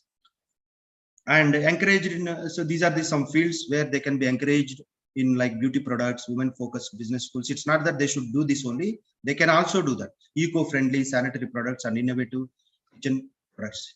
So these are the, if we can do that, what India is going to gain. If India were to rebalance the male-female workforce, India is world's biggest democracy. It could be reached by 27%. This is as per IMF. If India can rebalance the male-female, workforce difference, we can be reached by 27% more, according to International Monetary Fund. And if you, According to ILO, International Labor Organization, if female labor force participation rate can match with the male labor force, there would be an additional 700 million workforce in the world. If you can bridge this gap, if you can bring women to the work, it's not that you give them education, they will come to work. You give education, they are not coming to work in India. More educated women are, they are less coming into work. More urban they are, less coming into work. And more higher the caste, less they are coming into the work. If you can bridge, reasons are not economical. If reasons are economical, it should be common for both male, female. Reasons are not economical. So there are social, cultural prejudices which we should bridge. If we can bridge that, there would be 700 million, means 70 crore million women can be brought into workforce, out of which 235, almost 40% can be from India. There is a study by Kapurthala. No, 235 million we are missing just because we are not able to bridge this gap between male workforce and female workforce. If we can do that, it will lead to overall progress in economic growth as well as development indicators. And by 2030, India's working age population will be 1 billion. Working age population, I mean age. And it can lead up to, in which case 400 million women economic potential may be left unaddressed. If we don't bridge this gap by 2030 at least, and we are going to miss the contributions of 400 million women workforce that may seriously contribute to the Indian economy. So now to conclude, it's not that we strengthen women, we give her education, or don't feel discouraged, don't get disappointed, you are also equal to men. These are all, they don't work.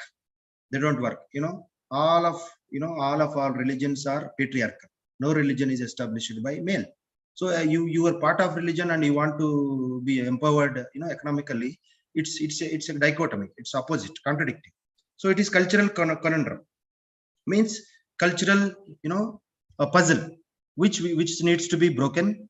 Especially, Ambedkar long back talked about, Hindu Code Bill in 1950s, wherein he talked about monogamy, property rights to women, right to divorce, right to choose the partner, right to adoption, right to equal share in the property of in-laws as well as parents, and right to, say no if she doesn't like to marry. So all these things are yet to be implemented. They could not become a law. And maternity leave Ambedkar was the person who was instrumental in bringing the so-called maternity leave for women when he was the law minister of India. So therefore, we should empower women morally, culturally, and psychologically, rather than the others come later. So 69% greatest obstacles are social, cultural. The study says that obstacles to women empowerment and women entrepreneurship, 69% are socio-cultural factors. They are called social conditioning, culture, of course, safety and status. So only 30% are economical, and rest 70% are mental, moral, psychological, and social. And women differ to fathers, brothers, husbands, and sons, both in asset ownership and financial decision making. So at household level, at family level, so women, they don't enjoy equal rights even today, like fathers, like brothers, like husbands and sons. She's like I said earlier, she has been conditioned, like objectified, that she should exist for men, not for herself. So that share should be changed, that her role in the decision making should be changed. Then there should be a psychological change. Then lack of collateral and financial autonomy limits funding and access to external capital. Like I said, social capital. It's not that capital, you have money, you become entrepreneur. It's not possible. You cannot show me a scheduled caste entrepreneur in India. You cannot show me a scheduled tribe entrepreneur in India. You cannot show entrepreneur from minority except one or two. So what is the point here? 99.9% of the entrepreneur are from the one or two castes. What does it mean? It doesn't mean that others, they cannot become entrepreneurs. If you take any businessman, biggest, richest people of India, they are from one community, one caste. What does it mean? They enjoy social capital. Others, they don't enjoy social capital. It's not that you have money, you become entrepreneur. Money is not the only thing. You need political, social, moral, and psychological, because Why in the 75 years of India's independence, not a single scheduled caste person, scheduled tribe, or even a, they could not become entrepreneur? Because what we are missing is social capital. It is not the money, and lack of confidence and self-doubt. Our religions, our whatever we preach at household level, what women should do, should not do, should wear, should not wear, that moral code of conduct, they should be dismantled. And entrepreneurship remains critical to harness the economic potential of women and to achieve sustainable development goals 2030. So if you neglect 50% of population, underrepresented politically, underrepresented socially, exposed to violence, employment levels are less, they are stigmatized, they are not equal to men, confined to kitchen. So all these notions, unless and until we don't dismantle, we are going to miss almost 400 million women workforce contribution to our economy, in which case we are never going to achieve sustainable development goals. Now you can see, forget about entrepreneurship and empowerment. People who can eat in India, Global Hunger Index, we are at 101 place, only 15 countries are behind India. People who can eat thrice a day, we are at the last. Iraq and Iran and North Korea, they are far behind us. So before thinking of empowerment and entrepreneurship, first create moral, social, cultural atmosphere wherein everybody feels empowered socially. Then we can think of entrepreneurship. Entrepreneurship per se, we are not against it, but we don't want entrepreneurship controlled by 2-3 business people. Government of India being regulated by 2-3 corporates. We don't want that kind of entrepreneurship. We want inclusive entrepreneurship. We want rural entrepreneurship. We want entrepreneurship encouraged by scheduled caste and scheduled tribes and lower women. That kind of entrepreneurship we want. And the present entrepreneurship in present mode is dangerous to the country. Entrepreneurship, at grassroots level, rural level, at women is welcome. That can create employment. And that is the only way. I end with a quote by Ambedkar saying that, we cannot think of developing our country by ignoring the women. So progress of women is the progress of the country. Yes, thank you. Thank you, sir. Thank you, Trinath sir, for your wonderful speech. I request Mrs. J. Kavita to proceed with the interaction session. Thank you, Dr. Shubha. Good afternoon to all. Thank you, Dr. Trinath Nukatoti. So your session is very informative and educative. It is full of data. It is very interesting, and you have shown the realities very well. So yeah, as you have mentioned about the economics of caste, victimization of women, and the women in the economy, the role of the women in the economy, and the entrepreneurship and their inclusive development, as we have mentioned many times about the inclusive development of the country, and the difference between the growth and the development, as you told, the development is more comprehensive than the growth. So all these are the very interesting, and they enhanced our knowledge. As we have said, the challenges, most of the challenges, many of the challenges are faced by the women entrepreneur. So entrepreneurship, as you said, that is the empowerment of women. So when entrepreneurship increases, when women entrepreneurs number is increased, definitely our India will be developed more. So as definitely it will change the pace of our country in the development, and definitely we will stand ahead in the global competition. Thank you, sir. Thank you very much for giving the panacea. That means the remedy for all these problems, and we have shown through this interesting lecture. Thank you very much, sir. If any of the participants have any queries, you can ask Sir Dr. Trinath, sir. Participants, you can ask.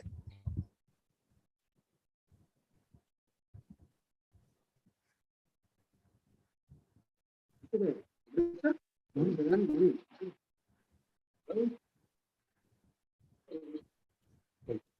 can ask.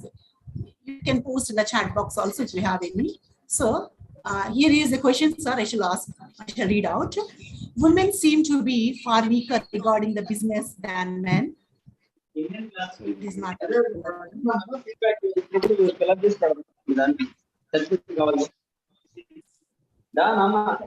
Here is the question, sir, that women seems to be far weak regarding business than men. Women are far behind men. Madam, please in mute. terms of Please mute business. others.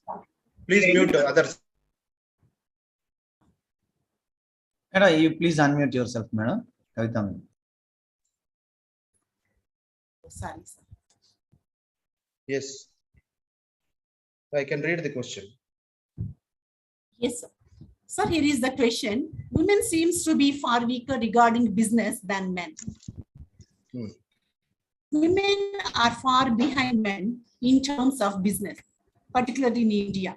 What is the reason for this? That is the Madam, question, sir. yeah. See, actually, entire webinar is on that. You know, entire Yes, sir. webinar is on that question. Like I said, there are economic reasons, like literacy levels are low. Access to resources are low. Abuses are more. Social stigma is identified as one of the biggest reason. It is not that you give a woman capital, she become entrepreneur. It's not that. You need to have environment, social environment, moral setup, and our dress is regulated, our behavior is regulated, our speeches are regulated. So what we are trying to tell is reasons for behind women's entrepreneurship. Like I concluded, there are economic reasons, but they are 30%. Reasons 69%. They are more moral, social, family, cultural, psychological and physical abuses. All these things culminate. It is not that suddenly every woman is given 10 lakhs, they become entrepreneur. It's not that case. They need social capital. Social capital is required. Why only if you? It's not that women, even the lower castes are not there in Indian entrepreneurship. Nobody is there in entrepreneurship. Maybe at individual level, but at the macro level, it's not that women, even nobody from lower castes. So it is not that they can't do it. It's not that. Not only entrepreneurs. You take films, you take media, you take sports. There is a line is very clear. It is a game and affair of few families and affair of few communities. So that is what we in economics we call social capital. They enjoy social capital because some communities are stigmatized from the times immemorial. They have been, access to resources are less, stigmatized. They are unseeables, untouchables, or violence committed against them, rapes committed against them. All those indicators are there with NSSO data, CMI data. So reasons are not purely economical. Reasons are social, cultural, psychological, moral, and family, violence, all these things. Yes. Okay, sir. Thank you, sir. If there are there any queries? If so, please post in the chat box.